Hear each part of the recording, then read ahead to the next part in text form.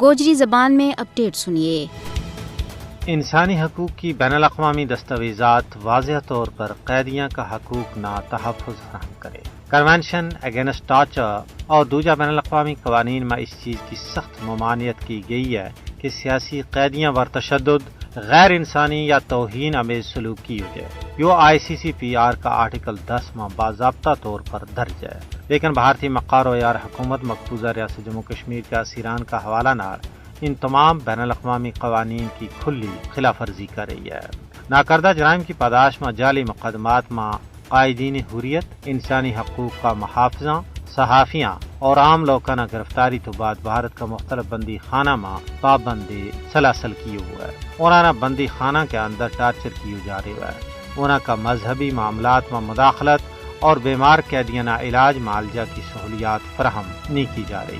انہوں کا رشتہ دارانہ ملاقات کی اجازت نہیں دیتی جا رہی اور اپنی صفائی دین واسطے عدالتوں میں پیش نہیں کیے جاتے۔ کشمیر کا اسیران نہ کشمیر کی جیلوں بچو کڑ کے بھارت کی دور دراڑے کی جیلوں میں قید کیے جا رہے ہیں۔ یہ ظالمانہ اقدامات کر کے بھارت نہ صرف اپنا آئین و قانون بلکہ قیدیوں کا حوالہ نہ جنیوا کنونشن اور ہیگ کنونشن کی کھلی خلاف ورزی کو مرتکب ہو رہے ہیں۔ کشمیری قیدیوں کی نظر بندی نہ طول دین واسطے ان پر کڑا قوانین نافذ کرنا سیاسی انتقام کی بدترین شکل ہے۔ علاج معالجہ کی سہولیات فراہم نہ کرنے کی وجہ سے کئی سارا کشمیری قیدی بھارت کا بندی خانہ میں جان کی بازی ہار گیا۔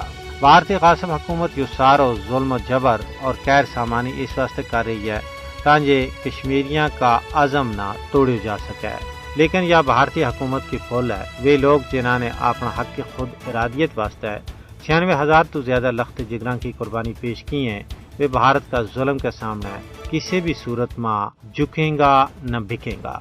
کشمیری عوام ہر روز اس عزم کی تجدید کر رہے ہیں کہ حصول مقصد تک یہ مقدس جد و جہد جاری و ساری رہے گی۔ یہ ساری صورتحال انسانی حقوق کی عالمی تنظیموں واسطے چشم کشا ہے۔